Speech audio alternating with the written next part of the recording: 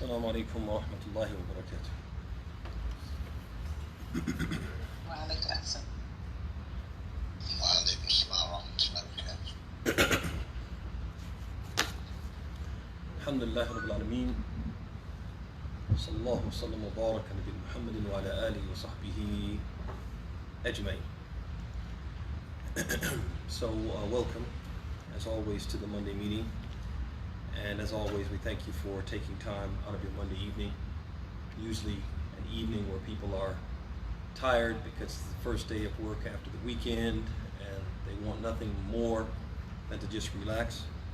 So we appreciate you taking time out of your Monday evening to be with us, to remind ourselves of our duty to Allah subhanahu wa ta'ala, the rights that He has upon us, and how we're supposed to conduct and behave and carry ourselves as Muslims. So last week, the topic of our meeting was Ad-Da'wa ilAllaah, and in that meeting we addressed the following points. What is Ad-Da'wa, and what does it mean to call to Allah? Number two, what is Ruh Ad-Da'wa? What is the spirit of Da'wa and its lifeblood? Number three, what is the incentive to engage in Da'wa? Why should we care about it? Why should we concern ourselves with doing it? And last but not least, we talked about who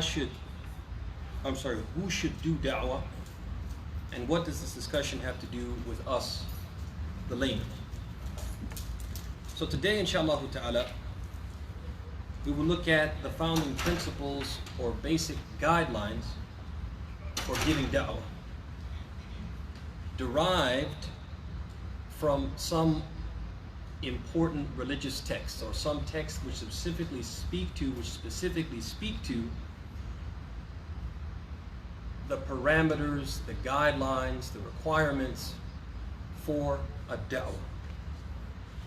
The first text we're going to look at is from Surat Yusuf, the 12th surah of the Quran, verse number 108, in which Allah subhanahu wa ta'ala says, قُلْ هَذِهِ سَبِيلِي أَدْعُو إِلَى اللَّهِ عَلَى بَصِيرَةٍ أَنَا وَمَنِ اتَّبَعَنِي وَسُبْحَانَ اللَّهِ وَمَا أَنَا مِنَ الْمُشْرِكِينَ. Say, this is my way. I invite unto Allah with clear vision. I do, and likewise do those who follow me. Glory be to Allah. I am not from those who associate partners with Allah, nor do I fraternize with the idolaters. And as I said, this is verse 108 from Surah 12, Surah Yusuf. So if you notice in this verse, Allah subhanahu wa ta'ala says a few things, and each one of those things gives us a guideline. Something that we have to be mindful of and pay attention to and observe in the process of giving a da'wah. So he says, first of all, he says, قُلْ هَذِهِ سَبِيلِي. He says, this is my way. He uses the word sabil, which is the singular. So this is my one way. It's one and only way. So Allah is telling us Islam is one. And it's not a multitude of Islams that we are allowed to pick and choose from to call to. Everybody has their own version of Islam, their own spin on Islam, their own perspective on Islam, and they can just call to that. No. Allah is saying, قُلْ هَذِهِ سَبِيلِي. Say, this is my way. One way. And that's what I call to. One way. Then by that he says, أَدْعُو ilAllaah. I call unto Allah. I call unto Allah, not my own personal opinions, perceptions, or practice.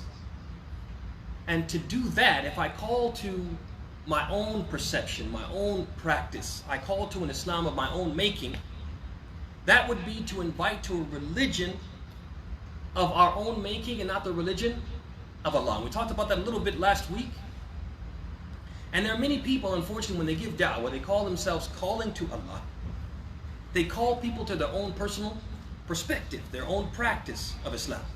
Islam as they see it.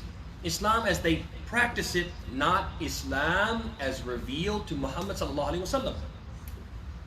Allah is saying when He says, قُلْ هَذِهِ سَبِيلِي أَدْعُو ilAllaah. Say, this is my path, I call to Allah. Allah subhanahu wa ta'ala is saying, don't do this. Don't call to your perspective. Don't call to Islam as you see it. But rather call unto Allah and unto Allah's way of believing and behaving. And I'll give you some examples. For example, there may be a Muslim who eats pulled pork sandwiches. And he has a colleague or a classmate or a neighbor who's interested in Islam and happens to be in his company or presence or see him from time to time going to X restaurant buying pulled pork sandwiches. And he says, hey, I thought Muslims aren't supposed to eat pork. I thought it was not permitted in your religion for Muslims to eat pork. And that person responds, instead of saying, yeah, pork is prohibited in our religion, calling to what? To Allah, what Allah says. He says Islam is about what's in your heart, not what you do. Rituals and eating halal are things followed by backward, old-fashioned Muslims, not progressive ones. Not people who are living in the now. These are the people who are living what? In the Middle Ages. He says this. When he says this, he's not calling to Allah, he's calling to what?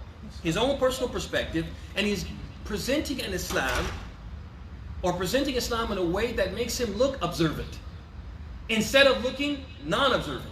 Makes him look like he's not committing a sin, when in reality, he is. He's more concerned about how he's going to look, or making himself feel good, as opposed to presenting the deen of Allah.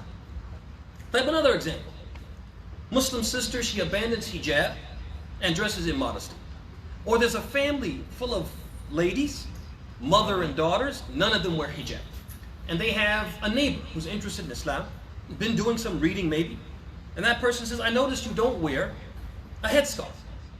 And your attire is similar to that worn by liberal Western women. You're wearing clothing like anybody else, any Western woman. If somebody saw you outside, they wouldn't even know you were a Muslim. And I'm curious about that because I've been reading a lot about Islam and reading about this thing called hijab. Right? I've been reading about that. And I thought the headscarf and modest clothing was a fundamental Islamic tenet. It's like, it's hand in hand with Islam, part and parcel with Islam. A Muslim woman is supposed to cover and dress modestly. That's what I thought from what I was reading. And I also thought it was a huge symbol, a major symbol of commitment. It's a clear sign that a Muslim woman is committed to Islam because she's wearing hijab. Am I mistaken in that? So this woman has an opportunity. An opportunity to call to who? Allah. To call to Allah. But instead, she says, hijab is not for every woman. Hijab is not for every woman. Not every woman is expected to wear it. It is reserved for women who are married, over 40, and have made pilgrimage, and therefore they are held to a higher standard. But women who can't check these boxes, they don't have to wear hijab. Is this calling to Allah? Allah subhanahu wa ta'ala says in Surah An-Nur, He says, وَقُلْ لِلْمُؤْمِنَاتِ يَغْضُضْنَ مِنْ أَبْصَارِهِنَّ وَيَحْفَظْنَ فُرُوجَهُنَّ وَلَا يُبْدِينَ زِينَتَهُنَّ إِلَّا مَا ظَهَرَ مِنْهَا وَلْيَضْرِبْنَ بِخُمُرِهِنَّ عَلَى جِيُوبِهِنَّ وَلَا يُبْدِينَ زِينَتَهُنَّ إِلَّا مَا ظَهَرَ مِنْهَا. Allah says in the Quran, in Surah An-Nur, He says, and say, O Muhammad, to the believing women. Believing women over 40? Believing women who have made pilgrimage? Believing women who are married? No, believing women. Every woman who calls herself a mu'minah, a believing woman, this khitab, this address applies to her. So it's either you believe in it or you don't. But these exceptions are not in the Quran. Allah says, O Muhammad, say to the believing women, young and old, married and unmarried, those who have made pilgrimage and those who haven't made pilgrimage, يَغْضُضْنَ مِنْ أَبْصَارِهِنَّ, to lower their gaze and to guard their chastity, guard their modesty. وَلَا يُبْدِينَ زِينَتَهُنَّ إِلَّا مَا ظَهَرَ مِنْهَا. They shouldn't reveal from their charms and adornments except that which must normally appear thereof. Then He says, وَلْيَضْرِبْنَ بِخُمُرِهِنَّ, and let them take their headscarves and cast them down over their heads and across, covering their bosoms. This is for who? The believing women. This woman had a chance to call to Allah, but chose to call to what? To herself. To say that which made her feel comfortable, made her feel less ashamed, made her feel better, instead of what? Doing what was right by Allah and saying, hey, yeah, it's part of the deen, I'm just not practicing it. So calling to Allah, brothers and sisters, requires answering these questions and other questions like them in accordance with the teachings of Allah. Even if that makes us look bad or not observant. A person smokes and somebody asks him about Islam, is it okay to smoke in Islam? He doesn't say, yeah, it's alright, nothing wrong with it. He says, yeah, it's haram, it's a weakness for me, it's an addiction for me. He just admits it. He puts the blame on himself, the fault on himself, not the fault on what? On Islam. But we have to be less concerned about our own images and more concerned with presenting an accurate image or accurate presentation, an accurate picture of Islam. But ثم بعد ذلك, Allah goes on to say, على بصيرة. I call with clear vision. What that means according to scholars of Islam, I call with knowledge. Before I open my mouth, I make sure I know what I'm going to say is right. I have to have the knowledge. Before we can call to Islam, we have to know Islam. We have to attain the knowledge, the credible knowledge from credible sources. And that doesn't mean, brothers and sisters, that we have to know Islam from A to Z. We have to have an encyclopedic knowledge of Islam in order to preach Islam. But rather, before we give da'wah, we have to have sufficient knowledge of whatever we're going to talk about from three angles. The first thing is we have to have al-ilmu bima nad'u ilay. We have to have the knowledge of what we're calling to. So for example, if a person is going to call to a tawheed, the oneness of Allah, and suffice themselves with that, they should know what that means. What is a tawheed? They should know us, have a sufficient knowledge about a tawheed, and then speak in accordance with that knowledge. Don't go beyond that knowledge. So we have to have knowledge of what we're calling to. Knowledge of Islam generally, and knowledge of the specific things we're going to talk about. We're going to talk about hijab, for example. And you have to know something about hijab. So for example, you have people who think that hijab is just what? The headscarf. So you cover your hair and your head and your neck and everything else, it doesn't matter. They think that. Well, those people can't call to hijab because they don't know what hijab is. They have to have the knowledge first and then call. طيب ثم بعد ذلك العلم بكيفية الدعوة. They have to know the proper method, the proper way to give da'wah. Why? Because da'wah is an ibadah. It's an act of worship. And since it's an act of worship, there's a certain way it has to be done, like every other act of worship. And since there's a certain way that it has to be done, we need to know what that way is. We need to know what's acceptable and what's not acceptable. And then we also have to know or have some knowledge, al-ilmu bihal al-mad'u. We have to have some knowledge of the one that we call. So, for example, if you call a rich person, do you think it's the same as calling a poor person? Do you think the approach will be the same? If you're calling an atheist versus a theist, somebody who believes in God and somebody who doesn't believe in God, it's going to be the same? The approach is going to be different. If you're calling a Jew versus a Christian versus a Buddhist, it's going to be the same? The approach is going to be different. So the more you know about the one you're calling, the better and more effective you will be able to call, or effectively you'll be able to call. Let's circle back down to this proper manner of calling, because one of the things that came up last week was a question about a particular jama'ah which engages in da'wah, and whether or not their approach to da'wah is correct, the technique, the method that they use is acceptable. And so it's important for us to have some knowledge of the acceptable methods.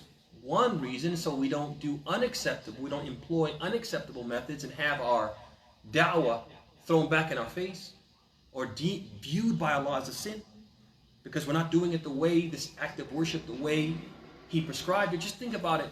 If somebody came right now and wanted to offer the prayer Tahiyyat al-Masjid, they came in here and they turned their back this way, and turn their front this way.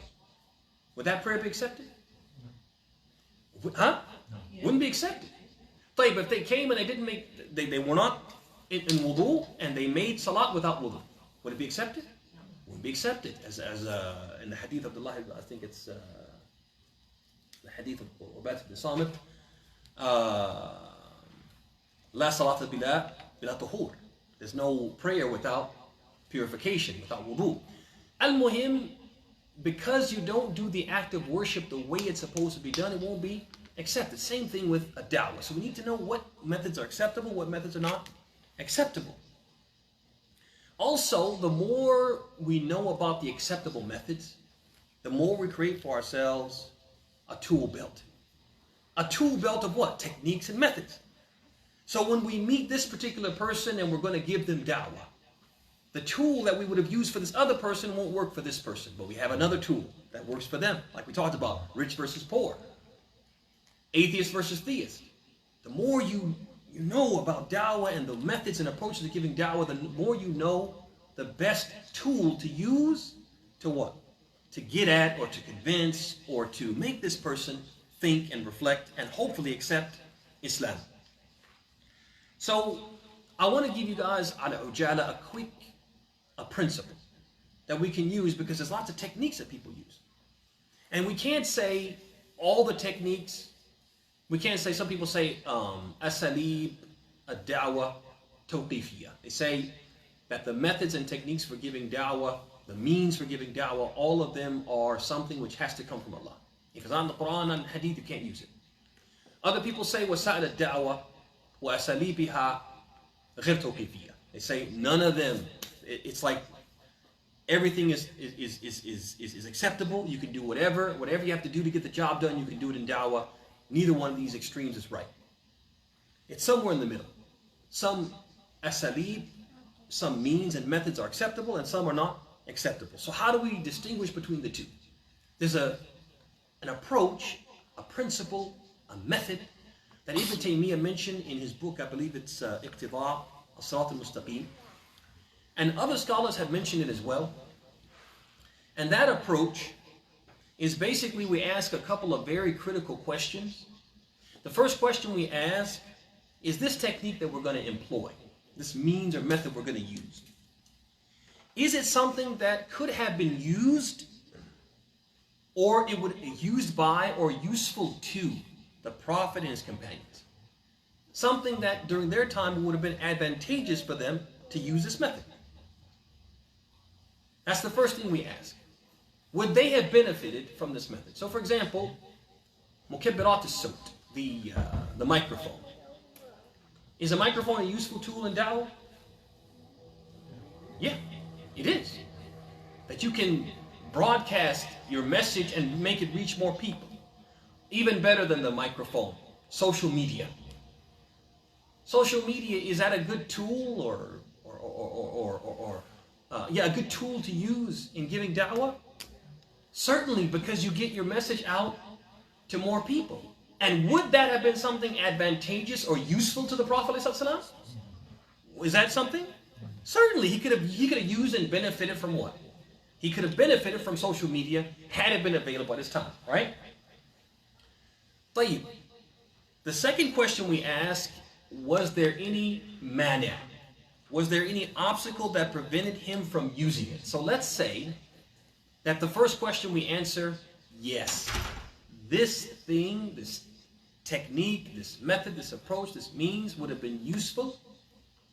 It could have been used by, it could have been advantageous for the Prophet and his companions to use it. Yes. The next question we ask, was there anything stopping them from using it? So for example, the mic could have been advantageous, useful for the Prophet, right? To broadcast his message. Was there anything stopping him from using it? Yeah, the technology didn't exist, right? Social media, could the Prophet have used that? Could he have benefited from that? Certainly. Him and his companions. But they couldn't use it. There was a mani', there was something that prevented them. That's what? The technology didn't exist. You guys see that? Like, what about using music as a ways to give da'wah? Using anashid, songs, right? Using songs as a way to bring people to Islam. Melodious songs, a beautiful voice, somebody singing a song about loving Allah. Is that something that the Prophet could have used? It was something that could have been advantageous for him. Were there people with beautiful voices during the time of the Prophet? Yes. And would it have been possible for them to compose lyrics about loving Allah and loving the Prophet and longing for Jannah? Could they have done that? So it's something, and it could have been useful. Could have been something that maybe the Prophet could have used to bring people to Islam? Certainly. He could have used it. Is that not so? It could have been advantageous. Was there anything stopping him from using it? Anything stopping him? That was a technological issue, right? It's just about having somebody with a beautiful voice and being able to compose things, right? And those people were poets at that time. Is that not so? So you guys see, so far we got two lanes here. One lane could have been advantageous, but there was something that stopped the Prophet from using it.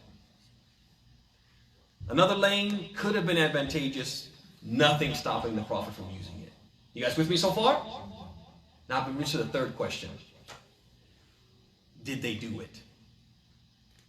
So, as far as the mic and social media, could have used it, or it would have been advantageous to use it. Something prevented them from using it. Technology, the absence of technology. Did they use it? Of course not, because it wasn't available. In this side, we say what? Checkbox, you can use that. Either because there was a mana, there was something preventing them from using it, or because it wouldn't have been advantageous at that time, but it's advantageous now. You guys see that? What about this other lane, though? Would have been advantageous, could have been useful, could have been made use of, but they chose not to. The Prophet ﷺ could have used music if he wanted to. Could have used singing if he wanted to, but he chose not to. So in that case, not using music becomes what? The sunnah. And using music becomes a prohibited approach, technique, or method, or means of giving a da'wah. You guys see that? And so this is how we can determine what wasa'il, what means and methods are acceptable versus those which are not acceptable. And you have people nowadays who use music in da'wah. They use singing and song in da'wah. They have like people who rap to beats, talking about Islam and saying, yeah, we're calling people to Allah. Like the Prophet could have done that. Nothing stopping him from doing it. But he chose not to do it, which means what? We shouldn't be using this means or this method. You guys see that? If we follow this approach, our emotions get out of it. And it's just what? It's like a flow chart, right? A plus B equals C. It's a flow chart, right? And that's how we have to approach it, so we make sure that it's not our emotions which are guiding us to what we accept and what we don't accept. So now with that said, we come back to the question that came last week. What about Jama'at at-Tabligh? Who, for example, part of their techniques or their approaches or their means and methods of delivering the da'wah, the messages, they say, for example, we should go out and give da'wah 3 days in a month, 40 days in a year, 4 months in a lifetime. I'm going to ask you honestly, this organization of the da'wah, the scheduling of the delivery of the da'wah, is that something that the Prophet could have done?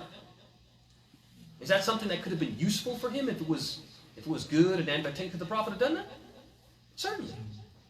It's good to arrange things and have blocks of time slated for things, isn't it? Prophet certainly could have used it, and it would have been useful for him to use that. It's possible, right? Was there anything stopping him from doing that? Telling his companions 3 days in a month, 40 days in a year, 4 months in a year. Anything stopping him? Nothing stopping him. Did he do it? He didn't do it. Which means what? This method, this approach, we shouldn't be doing that. Because the Prophet could have done it. It would have been advantageous for him to do it. Nothing stopped him from doing it, but he chose, and his companions chose not to take that approach. But Abd'Llah, another thing that they do is they focus just on the Muslims. And they say that the Muslims right now, because their condition is so poor, they can't call the non-Muslims. They can only call the Muslims. Meaning, if you were out and about in the mall, dressed up like a Muslim, and somebody came to you and said, hey, I'm interested in Islam, I want to be a Muslim. Based upon what some of these extremists in their group say, you couldn't tell them about Islam. You couldn't call them to Islam. You would have to what? Excuse me. I can't tell you about Islam right now. Muslims' condition is too bad. But you can't call the non-Muslims to Islam. You have to focus only on the Muslims. Now this approach, is this something that the Prophet could have used? Certainly he could have used that. Anything stopping him from just focusing on the people that have become Muslims? Or telling his followers just focus on the Muslims? Nothing stopping him. Which means what? This approach is what? It's bid'i. It's something, it's innovative. It's not something that we should apply in da'wah. So I'm going to give you one more from Pt.2. Is that when they call to Allah, when they give da'wah, they avoid what they call thorny issues. Thorny topics. Those topics which will make certain people uncomfortable and may make them not want to accept the da'wah, according to them.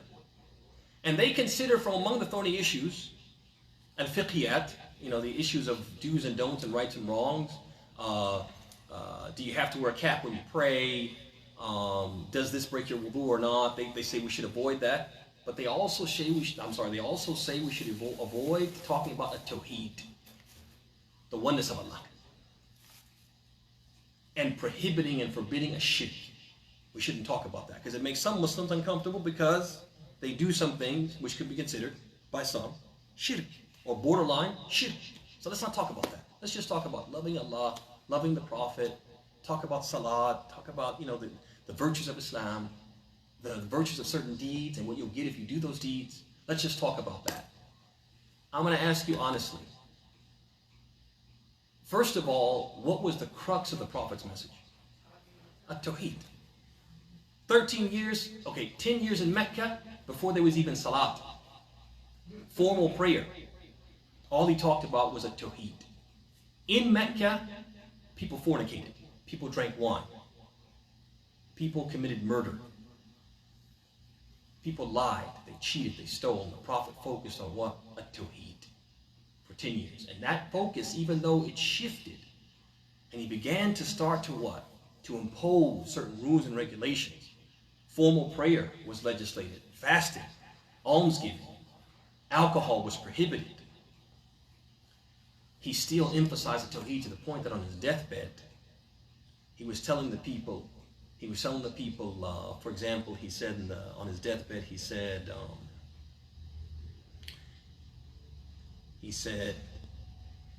لا تجعلوا قبري عيدا لا تجعلوا قبري وثنا يعبد من دون الله. Or كما قال صلى الله عليه وسلم, he said, don't make my grave a place that you come and you frequently visit. Don't make my grave a place that you worship besides Allah. He was stressing and emphasizing Tawheed as he was breathing his last breaths. So what Tawheed was the first thing he talked about, the last thing he talked about, and the thing that he talked about throughout his years. And somebody will come and say Tawheed is a thorny issue, we should just what? We should avoid it. Does that make sense? Doesn't make sense. Also, the Prophet could have definitely used this method. It would have been useful for his people, right? Because his people, the reason why they wouldn't accept his message, even though he was the best of them, was because of this Tawheed. They wanted him to stop talking about Tawheed. Stop emphasizing on the oneness of God and the falsehood of the deity. If you do that, we'll give you this, we'll put the moon in your right hand and the sun in your left hand, they told him, right? So he could have benefited from what? Not talking so much about Tawheed. And there was nothing stopping him except that it's wrong, right? And so what that tells us is that this approach to da'wah is what? It's wrong. You guys see that? So if we follow this method, we can determine what approaches are acceptable and what approaches are unacceptable in da'wah. So I want to just give real quick a few ilAllaah because we want to complete early enough to open the floor for questions and discussion. But I'm just going to give you some examples of some techniques that we should have in our tool belt, some acceptable ones. So one of them is a tadarruj, which is when you give da'wah to people in incremental stages. Another one is being organized and systematic in your approach. That basically you don't just, you don't have all of this information and you just come and you just kind of vomit all the information in a very unorganized fashion that the people can't follow. But rather, no, you deliver your message in a way that's what? Systemic, that makes sense, that they can absorb, understand, comprehend, digest. And also another important technique is al-bada' bil-aham fal-aham, that you begin with the most important thing, and then from that you transition to the next important thing, or the next thing important in terms of importance, and so on and so forth. And all of these three techniques are combined in one hadith. The hadith of Ibn Abbas, in which the Prophet ﷺ, he sent Mu'adh ibn Jabal to Yemen. And he told him, إِنَّكَ تَأْتِي قَوْمًا مِنْ أَهْلِ الْكِتَابِ فَلْيَكُنْ أَوَّلَ مَا تَدْعُوهُمْ إِلَيْهِ شَهَادَةُ أَنْ لَا إِلَهَ إِلَّا اللَّهُ وَأَنَّ مُحَمَّدًا رَسُولُ اللَّهِ فإن أطاعوا لك بذلك فأخبرهم أن الله قد فرض عليهم خمس صلوات في كل يوم وليلة فإن أطاعوا لك بذلك فأخبرهم أن الله قد فرض عليهم صدقة تؤخذ من أغنيائهم فترد على فقرائهم إلى آخر الحديث. So in this hadith, the Prophet ﷺ told Mu'adh, he said, you're going to go, he was sending him to Yemen as his emissary, as his ambassador. He told him, you're going to go to some people from the people of the book. They were Christians in Yemen at that time. He said, so let the first thing you call them to be the oneness of Allah. Means what? Al-bada' bil-aham fal-aham. Start with the most important thing. Right? Also, at-tadarruj. Start with this and don't go to something else until what? Until they really understand this and accept it. He said, فَإِنَ طَاعُوا لَكَ بِذَلِكَ. And if they obey you in that, then tell them about what? About prayer. And if they obey you in that, then tell them about az-zakat, sadaqah. So he's telling them what? Give your da'wah in what? In stages. And also do it what? In a very systematic. Don't go to them and say, oh, in Islam, we have tawheed, we have salat, we have zakat, we have hajj, we have... No, because that's what? That's just too much for them to what? To really comprehend. Start with one thing. Be systematic about your approach. And then go to the next thing and the next thing. At-tadarruj, and beginning with the most important thing and then transition to the one that follows it in importance. Another usloob, another tool in our tool belt is actions speak louder. So model the behavior that you want them to follow. Call by doing, and the Prophet used to do that. The famous hadith where Thumama ibn Uthal, he came from Bani Hanifa, and he was intending to kill the Prophet ﷺ. He came disguised, he got caught in the outskirts of Medina by a platoon that the Prophet had sent to do some other business. They brought him to the mosque, they tied him to a pillar in the mosque, and obviously the Prophet by this time knows about the plot, either through revelation or through him admitting it. And so he has him there tied to a pillar in his mosque, and he can do what? He can kill him if he wants to. He doesn't. He says, just, what do you have to say for yourself, Thumama? What do you think I'm going to do to you? So Thumama was a little bit arrogant. He said, عندي خير يا محمد إن تقتل ذا دم وإن تنعم على شاكر وإن أردت المال فاسأل منه ما شئت. He said, oh Muhammad, I expect, because you're such a good guy and everybody thinks so highly of you, that you're gonna, I have good expectations of you. If you kill me, you will kill someone who has a tribe that will seek revenge. So you need to think about that. And if you are gracious towards me, you will be gracious towards someone who knows how to give thanks. So don't think that you letting me go will go unrewarded. And if it's money you want, if it's about ransom, okay, I'm a rich man. Ask me whatever you want. So the Prophet left him there for 4 days, 3 or 4 days. And while he's there, what's he seeing in the masjid? What's he seeing in the masjid during the time of the Prophet ﷺ? Think about it. He's seeing a mosque full of people worshiping Allah. He's in the masjid in Maghrib and feeling the masjid reverberate with what? Ameen, right? He's seeing people who used to be at war with each other. Now they're what? Praying side to side. They're laughing and joking. They're saying, how can I help you? How can I assist you? Oh, I lost my camel, or my camel fell down into a ditch. I need help getting it out. Oh, come on, I'm going to call some of my friends and we'll get it. He's seeing all this. He's seeing people come pour to the masjid and giving sadaqah. He's hearing the Prophet give his lectures and how the people sit there كَأَنَّ عَلَى رُوسِهِمْ الطَّيَّةِ as if they're birds on their heads. You see all this. And so at the end of that 3 or 4 days, the Prophet ultimately he released him.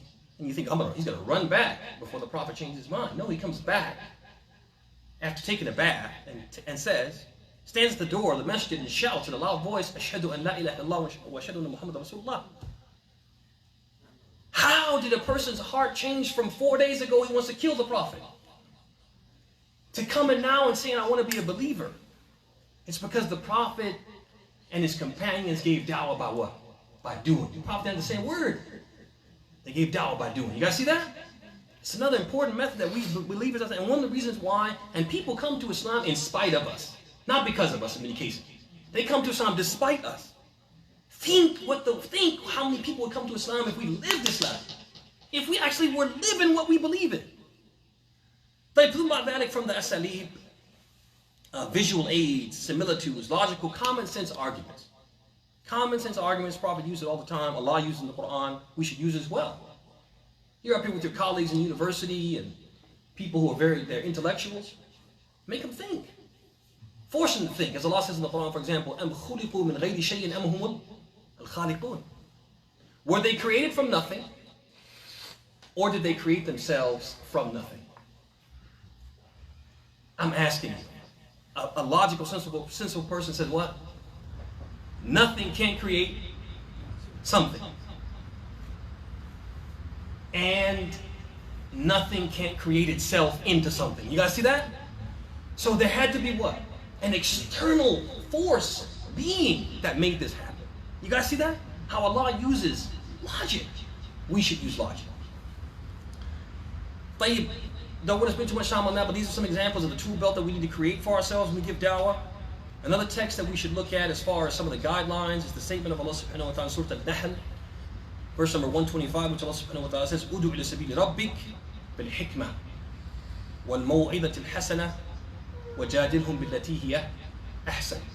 Invite all to the path of your Lord with wisdom and beautiful preaching, and debate with them in the best way. So as far as wisdom, scholars of Islam have basically said it's wad'u shay fi mahalli. It is basically putting the right thing in the right place at the right time. And so that means that the caller, he has to exercise good judgment. He has to read the room and determine whether or not enjoining good or forbidding evil or giving da'wah will do more harm than good. And if so, he abandons it. Or he knows that if I use this usloob, it won't be as effective as that usloob. So he uses what? Wisdom. Even though this is my favorite approach, that approach is going to be as effective in this situation.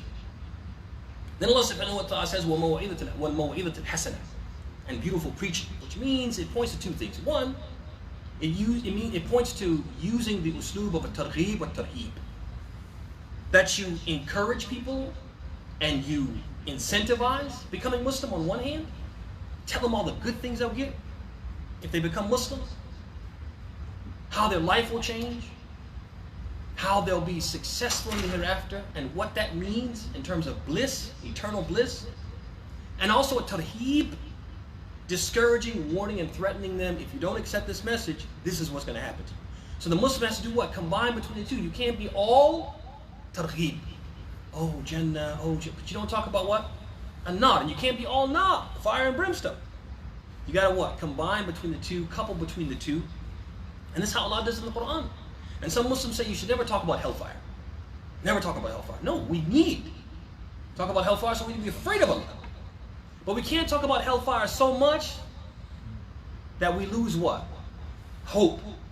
You guys see that? So that's why you have to have a balance. And that way you have a balance between hope and fear. Hope in Allah's mercy, fear of Allah's punishment. But this beautiful preaching, it also points to embodying the quality of gentleness, being gentle. The caller, when we call to Allah, we have to realize we can catch more flies with honey than we can with vinegar. And people are more likely to accept the advice and accept our da'wah if we deliver it gently. Which why the Prophet said in the hadith, he said, ilAllaah rafiqun yuhibbu ar-rifq yu'ti ala ar-rifqi ma la yu'ti al-unfi wa ma la siwa. Or ma ala ma siwa. He said, verily Allah is gentle and He loves gentleness. He gives by way of gentleness what He does not give by way of harshness and any other means. So Allah is going to give us through being gentle what He's not going to give us through being harsh. So when you speak to people and you call them to Islam, whether Muslim or non-Muslim, non-Muslims will call them to Islam. Muslims they're already Muslim, but we're calling them to what? To certain aspects of Islam they may not be practicing. So when we call them what? With gentleness. We call them with rifq. We call them with lean, gentleness, leniency. Speak to people in a way that you want to be spoken to, in a way that's more likely to let them or make them accept. One last point, or one last guideline, very important guideline, is patience.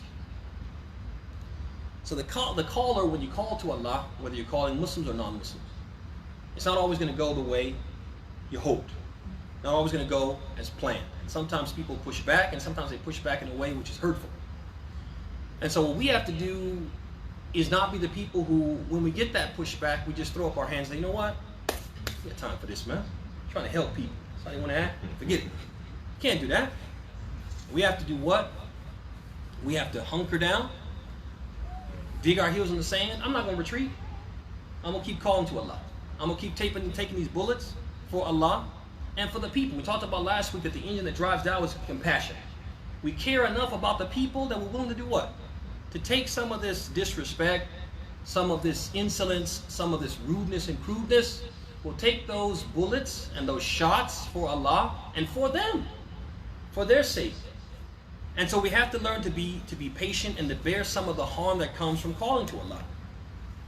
And there's lots of, there's a few ayat that talk about this. We'll mention one of them, Surat Luqman, in which Luqman, he gave advices to his son. In that advice, he told him, he said, Ya bunayya, aqim as-salata wa'mur bil-ma'ruf wanha 'anil munkar wasbir 'ala ma asabak.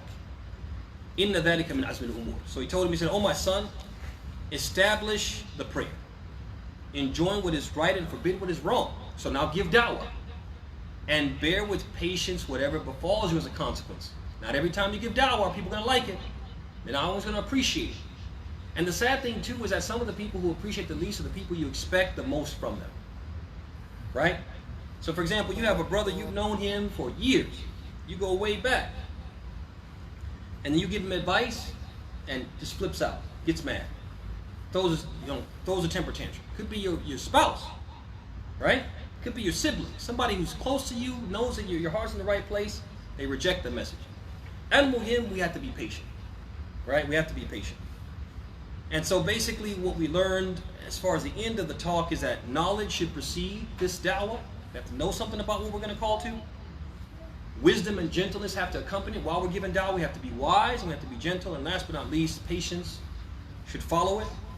And before we open for any questions, comments, or critiques, I just want to remind you guys that this weekend, the 5th, Sunday, the Bloodmobile will come, and we expect that there will be a lot of non-Muslim traffic on the masjid grounds for the Bloodmobile. And that's an opportunity for us to do what we've been talking about the last 2 weeks, give da'wah.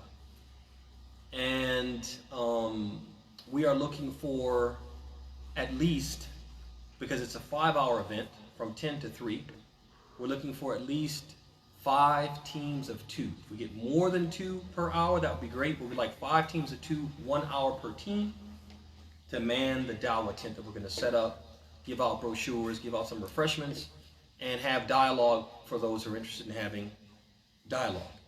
If you are interested, if you can commit to 1 hour on Sunday, somewhere between 10 and 3, please email me. I was going to pass a roster around, but you do that, and then people write their name and email address, and it's illegible, and you can't read it.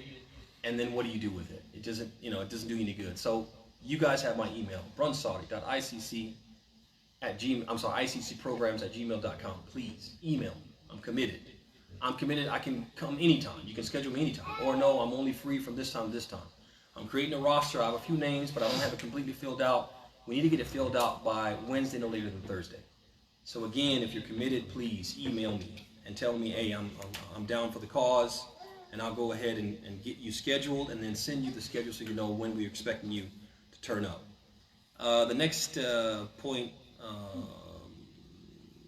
that I want to mention is that next week, next Monday, I'll be out of town. And so we'll not have a meeting next Monday, which is the 6th of September.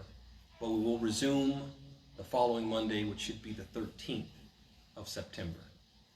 Which brings me to my final point, is that by the time we come back on the 13th of September, Salat al-Maghrib will be about 7:15, 7:20. And so a 7 o'clock start time is not going to work. And if we start an hour earlier, a lot of you won't be to be here because of your work schedule. And so I consider it to be prudent for us at this stage of the year to shift from between Maghrib and Isha. So basically our start time will be after Maghrib, and our class will be conducted between Al-Maghrib and Isha, beginning on Monday, September 13th, if I'm not mistaken. It'll be the 13th. So that'll come out on the WhatsApp group. That'll come out, there'll be an announcement, but we have it here on the social media. We have it here in the class itself. So please, everybody, remember that on September 13th, it's going to be between Maghrib and Isha. We're all on the same page. We know what the start time is. Please make it a point to be here. And with that, we'll bring today's session to a close.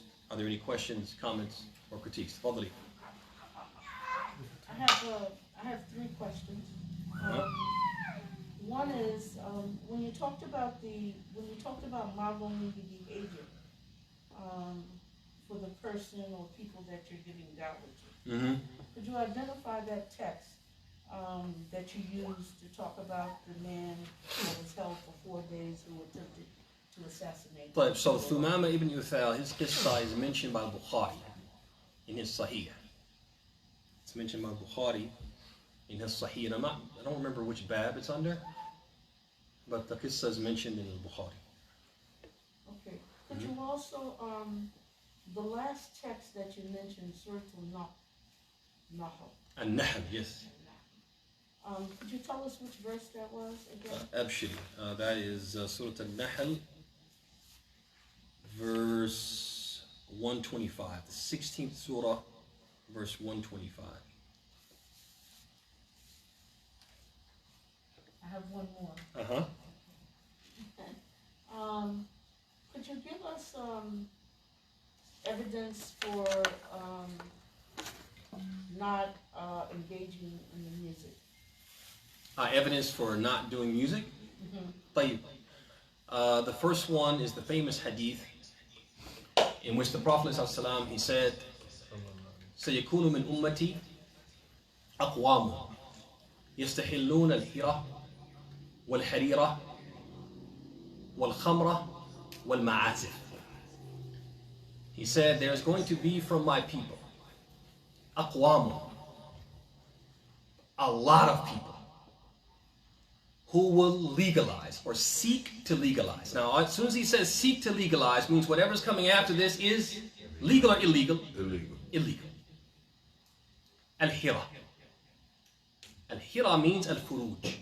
They're going to seek to legalize illicit sex by calling it by another name. Wal-Harir, silk for men. Wal-Khamra, alcohol. Have I mentioned anything legal yet? Wal-Ma'azif, and musical instruments. All of those are what? Haram. Also, the ayah in Surah Luqman, Mustafa, back me up if I say it wrong, but وَمِنَ النَّاسِ مَن يَشْتَرِي لَهُ الْحَدِيثِ. Ibn Mas'ud, when he made tafsir of that ayah, talking about lahu al-hadith, from the people are those who purchase foolish talk, wasteful talk, nonsensical talk. He said, Wallahi huwa al-ghina. Wallahi huwa al-ghina. Wallahi huwa al-ghina. Ibn Mas'ud, one of the greatest commentators on the Quran, he said, I swear by Allah, the meaning of lahu al-hadith, nonsensical talk, I swear by Allah, it refers to music. Singing. I swear by Allah, it refers to singing. I swear by Allah, it refers to singing. And there are lots of other evidences that we could give, but one of the strongest evidences is al-ijma', the collective agreement of the scholars that music and musical instruments is what? Is prohibited. Now there have been some exceptions in history, like Ibn Hazm, for example, and Al-Ghazali. But those exceptions cannot outweigh what? The collective agreement of the scholars historically. We call those people from Ash-Shawad. We call them Al-Munfarideen.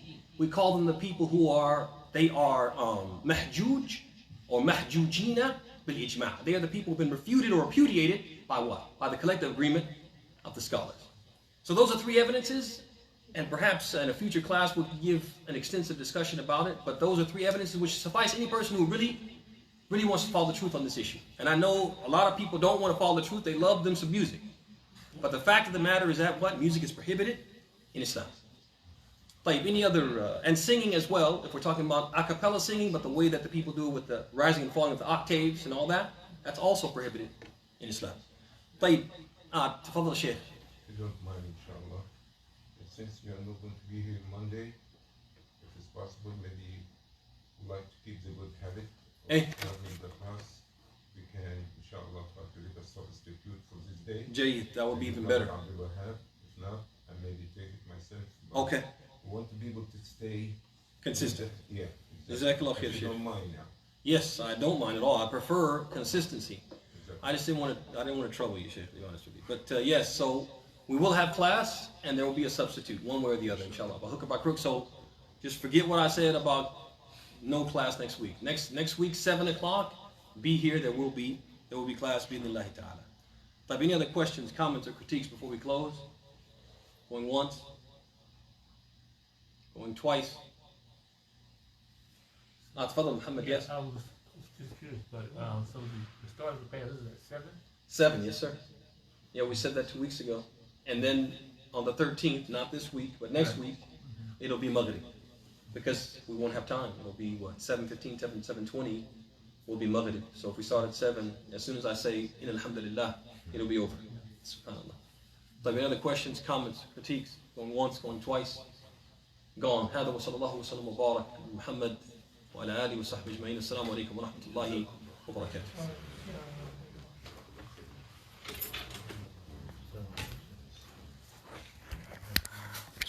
بارك الله فيك.